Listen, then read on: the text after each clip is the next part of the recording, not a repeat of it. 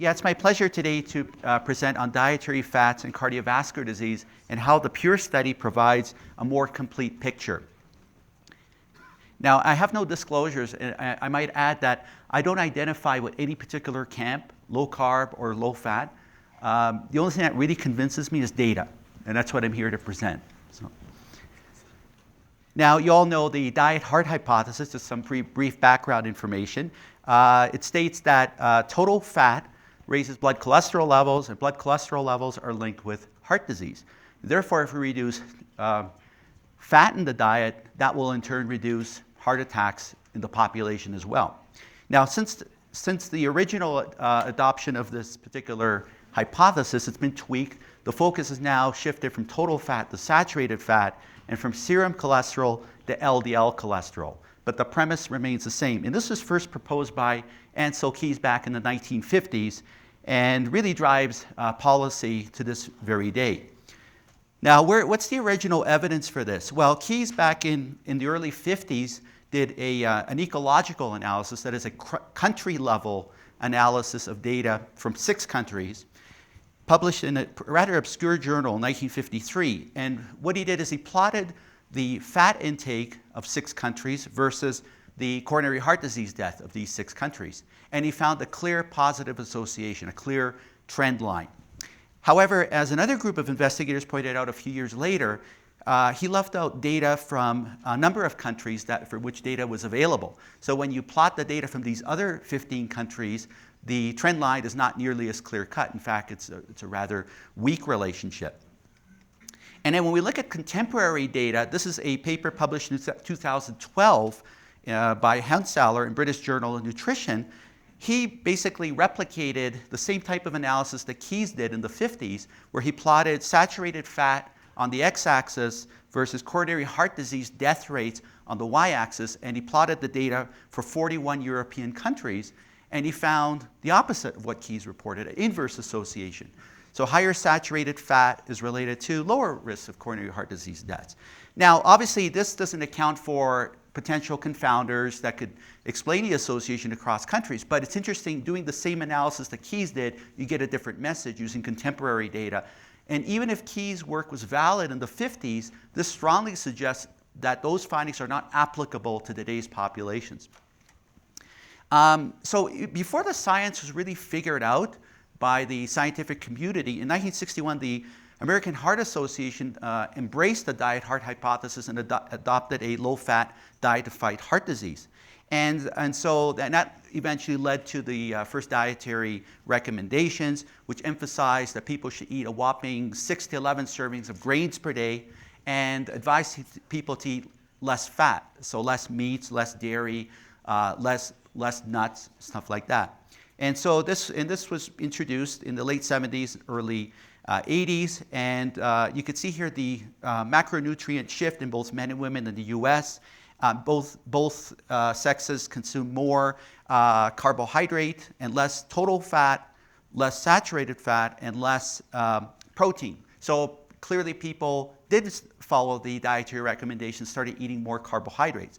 We know that this coincided with higher rates of obesity and higher rates of diabetes, which tripled over the next 20 to 25 years, coinciding with the new dietary recommendations. Now, what are the current dietary guidelines? So this is just a recap. According to the WHO and other organizations, generally they recommend higher carbohydrate diets. So for instance, WHO recommends 55 to 75% of energy from carbohydrates. That's a high amount of carbohydrate. For total fat, they generally recommend less than 30% of energy.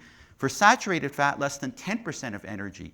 And some organizations like AHA and NCEP recommend only 7% of energy from saturated fat. That's a very low amount of saturated fat, very difficult for most people to sustain.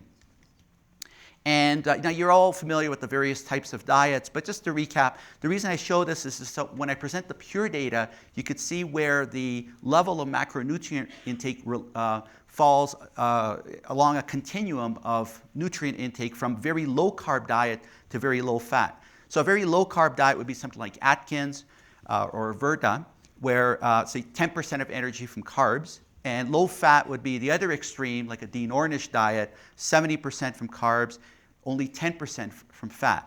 And then you get various different diets that fall somewhere in between these different extremes. So somewhere in the middle, you get something like a Mediterranean diet, which is 50% carbs, 35 fat, 15% protein. So keep these numbers in mind as you see the data from P.U.R.E. to see where human experience falls along this continuum. And how much saturated fat are we eating? In Western countries, including the United States, generally, right now we eat about 12 to 13% of energy from saturated fat. So that's only slightly above the 10% threshold that certain guidelines recommend. So it's not like we're consuming 20 to 25%. Okay, so it's like 12, 13%. That also should be kept in mind as well. And the other important point is that natural foods containing saturated fat also contain a variety of other nutrients that the body needs as well, like B vitamins, protein, zinc, magnesium, retinol, selenium, calcium, and vitamin D.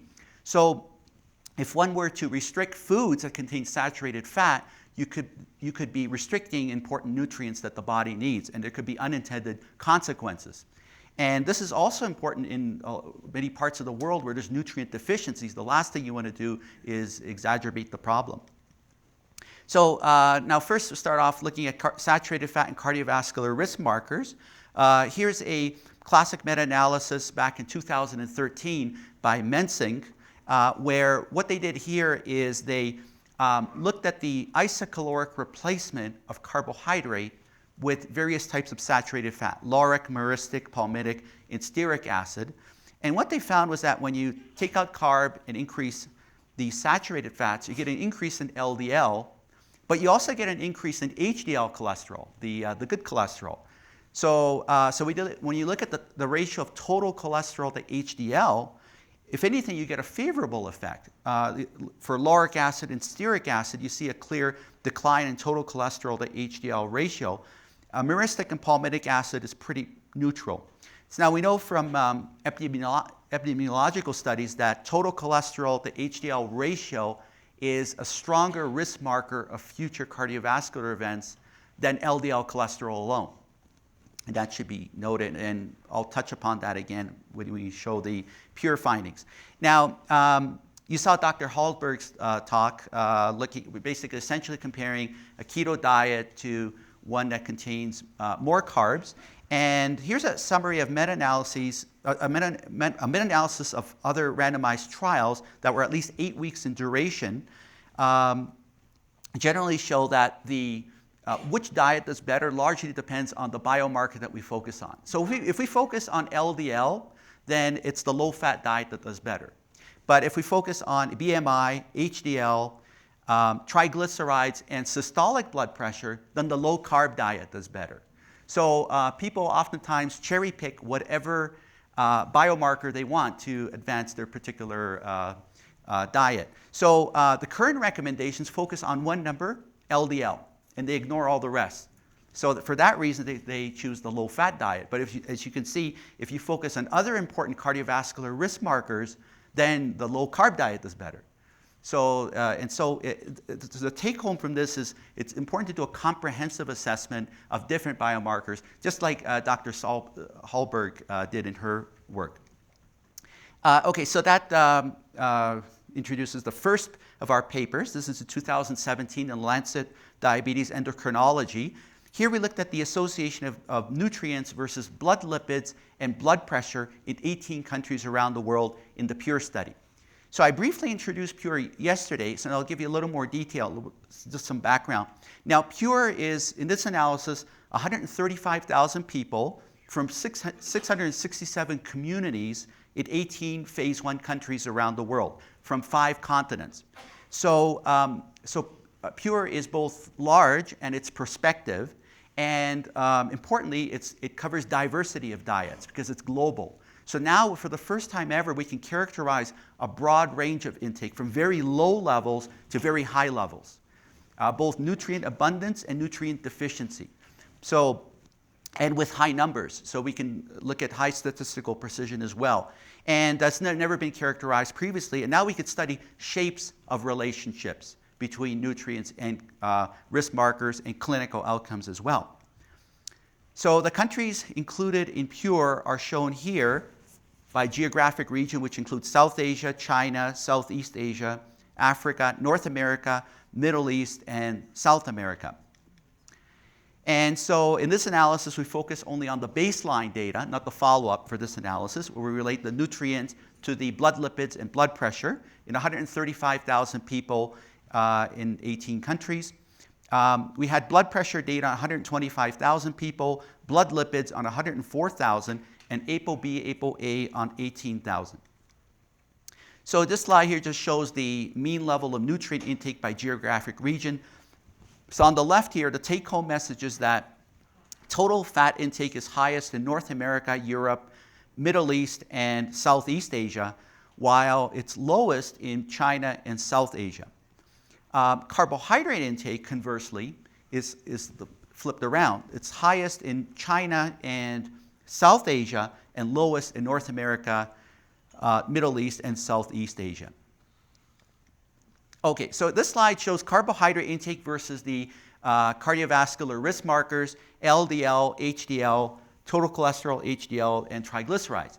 So what you see here, if you focus on the top left, you see that as carbohydrate consumption increases, you see a decrease in LDL cholesterol. But on the right, you also see a decrease in HDL cholesterol, the good cholesterol.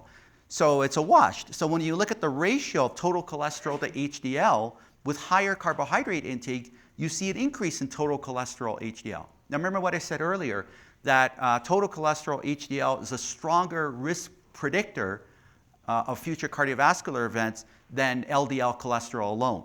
So this would suggest a possible harmful effect of carbohydrates. You also see that triglycerides also go up with higher carbohydrates. So an important message here is that our findings are consistent with what we know from previous randomized trials and observational studies, and this provides further validation of the accuracy of our dietary assessments. Then we looked at ApoB and ApoA, and we see that these are apolipoproteins. I'll tell you more about in a second. So you see ApoB goes down with higher carbohydrate intake, but ApoA also goes down. So ApoA is the good lipoprotein. So we look at the ratio of ApoB to ApoA, we see that it goes up with higher carbohydrate intake. And so what ApoB, ApoA ratio tells you is it tells you about the small, dense, atherogenic particles in LDL, which is a much stronger risk predictor of cardiovascular events than LDL cholesterol. In fact, ApoB, ApoA ratio is the strongest risk marker of MI and stroke in the inter-heart and inter-stroke study. And the results were consistent across world regions. So it's a very powerful risk marker of future cardiovascular events. And we see that with higher carb intake, ApoB and ApoA increase with higher carbohydrate consumption. We also see an increase in systolic pressure. For saturated fat, it's the reverse. We see an increase in LDL, but we also see an increase in HDL. So you look at the ratio, you see a decrease. Higher saturated fat related to lower total cholesterol HDL, also related to lower triglycerides. This too is consistent with what we know, further reaffirming the accuracy of our measurements. And in looking at ApoB, ApoA, we see, as expected, ApoB goes up, but ApoA also goes up with higher saturated fat. So looking at the ratio, it goes down with higher saturated fat, which suggests a favorable effect. Systolic pressure also goes up, though, with just like HDL. So to recap, with saturated fat, we see beneficial effects on the risk markers, except for LDL and systolic pressure. For carbohydrates, we see adverse effects on risk markers, on all the risk markers, except for LDL. Now, what can you make out of this? Well, it strongly suggests that you need clinical events. Because you can't, it's hard to, if you cherry pick which marker to focus on, you get a different story. So you have to focus on events. The guidelines focus only on LDL. So then what we did is, now remember in P.U.R.E. we have data on diet, we have intermediate risk markers, and we have actual clinical events. So we can actually test and see which risk markers accurately project cardiovascular risk if any particular marker is better than any other marker. And what we generally found was that LDL cholesterol is not very good at projecting dietary effects on future cardiovascular disease events. Because remember, again, we had cardiovascular events to compare. Conversely, we found ApoB, ApoA ratio was very good at projecting the impact of dietary fats on cardiovascular events. You could see that the observed and the modeled estimates track as saturated fat increases. So in other words, if let's say we didn't have any data on clinical events and we only focus on LDL, we would be giving people the wrong dietary advice. And really, this is what we've been doing. So to conclude from this paper, reducing saturated fat and replacing it with carbohydrates has an adverse effect on blood lipids. Focusing on a single lipid marker like LDL alone does not capture the net clinical effect of nutrients on cardiovascular risk. And our data here is at odds with current recommendations to reduce total fat and saturated fat. So up to now, we've only looked at cardiovascular risk markers. What about actual events? I mean, really, the most important thing is heart attacks, stroke, and death, right? So first look at the prospective cohort studies. Now, back in 2009, we did a meta-analysis of the literature up to that point from all of the cohort studies that were conducted. And what we found was saturated fat was neutral. There was no significant association between saturated fat and cardiovascular outcomes. Now, when we went into this analysis with no preconceptions. We were expecting to find saturated fat would be harmful. And this is what we always hear, right? That's harmful. And we said, well, that's peculiar, interesting, but we published it. And then a year later, another group of investigators did a meta-analysis of saturated fat versus coronary heart disease of all the published cohort studies. And what they found was exactly what we found, a statistically neutral effect, no association between saturated fat and coronary heart disease. Again, bucking conventional wisdom. They did find a trend for a lower risk of stroke with higher saturated fat, largely due, and some studies have shown, largely due to lower hemorrhagic stroke and partly lower ischemic stroke. We too reported that in our 2009 meta-analysis. And then more recently, we did an updated meta-analysis where we crunched the numbers in the literature up to that point. Again, we found neutrality, no significant association between saturated fat and various health outcomes, all-cause mortality, coronary heart disease and cardiovascular mortality, coronary heart disease, ischemic stroke, and type 2 diabetes. So again, statistically neutral. And what did the randomized controlled trials say? Well, in the interest of time, I could only summarize them in one slide, but basically here we have the summary estimates of all the meta-analyses published in the last 4 years, the 6 meta-analyses. And what they've shown is that you see the relative risk on the right side. So relative risk, those of you who don't know, if you see 1.0, that suggests a neutral effect. Above 1 suggests harm, below 1 suggests benefit. But you look at the 95% confidence intervals, they all overlap with 1, which suggests a statistically neutral effect of replacing saturated fat with something else in the diet. Usually in most of these trials, replacing it with omega-6 polyunsaturated fat. Okay, so to summarize cohort studies and RCTs, saturated fats are not associated with all-cause mortality, cardiovascular disease, heart disease, stroke, or diabetes.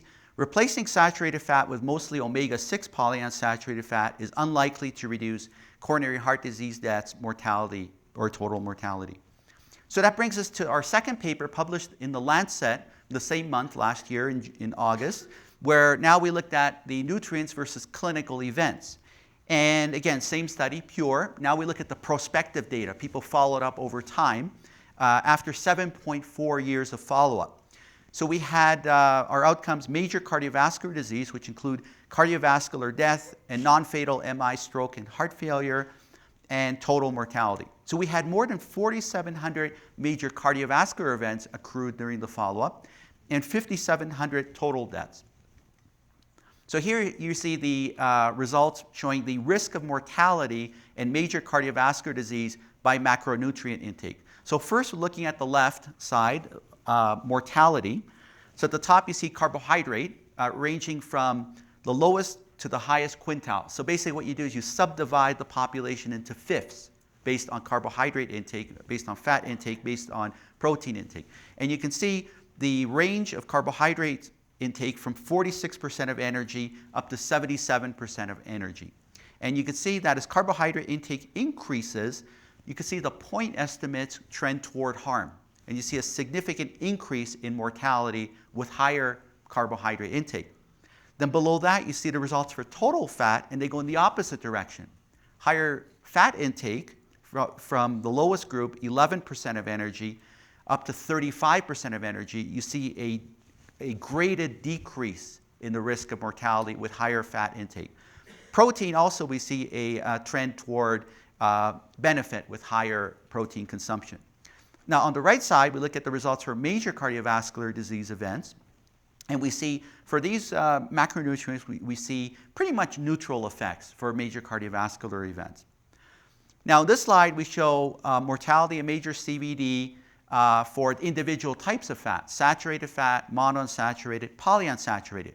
And you can see for total mortality, there is a graded decrease in the risk of mortality with higher intake of saturated fat, mono, and polyunsaturated fat. For major cardiovascular disease, again, it's pretty much neutral, just like with total fat. Then we looked at CVD death versus non-CVD death. You could see for carb intake, top left, there's a trend toward harm with higher carb intake versus cardiovascular death. Whereas with total fat and protein, it goes in the opposite direction. We see a trend toward a beneficial effect. Looking at non-CV death, we see again carbs are related to an increase in risk of non-CVD death, whereas with total fat and protein, we see a decrease in non-CVD death. And then finally, for individual types of fat, again, similar pattern. We see as saturated fat, monounsaturated, and polyunsaturated increase, we see a trend toward lower risk of cardiovascular disease and also a trend toward lower risk of non-cardiovascular disease. Now, what are the strengths? Now, the P.U.R.E study, again, is a prospective design, which is a powerful statistical design for making causal inferences next to randomized controlled trials. It's large, and it covers 5 continents, therefore representing broad patterns of diet globally. We use standardized and validated measures of diet using country-specific food frequency questionnaire, which is pretty much as good as it gets for a study of this size. And we extensively adjusted for dietary and non-dietary covariates. Limitations are random measurement error in the assessment of diet, which applies to any large epidemiological study, which may dilute real associations. High carbohydrate and low-fat diets may be proxies for poverty, although we took extensive measures to rule out the effect of poverty on the estimates. And then we were unable to measure trans fat, but as you saw the results on the risk markers, you see that the effects were the expected direction for universally for all the nutrients, which suggests that it's unlikely trans fat biased the results. And data on vegetable oil use was not included in this paper. We'll look at that in subsequent papers. And we had fewer events within countries or regions, but with ongoing follow-up and P.U.R.E, as we accrue more events, we could look at region-specific results. So to conclude, a high carbohydrate diet exceeding about 50 or 55% of energy is associated with higher risk of mortality. Fats, including saturated and unsaturated fats, are associated with a lower risk of mortality. No association is found between total fat and types of fat and cardiovascular events, although there's a trend toward benefit against cardiovascular death. And then very briefly, our third paper published in The Lancet, we looked at fruit, vegetable, and legume intake. Here we generally found that higher intake of fruit, vegetable, and legumes was associated with lower risk of mortality and a trend toward lower risk of major CVD. Now, it's important to note that fruit, vegetable, and legumes make up a small component of carbohydrate intake in this global sample. So most of the harmful effects of carbs come from outside fruit and vegetables and legumes. So current advice to limit total fat intake to less than 30% of energy and saturated fat to less than 10% of energy is not supported by this global data. Foods containing saturated fats such as dairy and meat may be part of an overall healthy dietary pattern. And focus on eating natural foods and reduce the intake of refined and starchy carbohydrates and be less concerned about targets for individual nutrients. And here again, I put this up yesterday, but here again is the picture of the P.U.R.E. investigators in our last meeting in New Delhi, India. Thank you very much.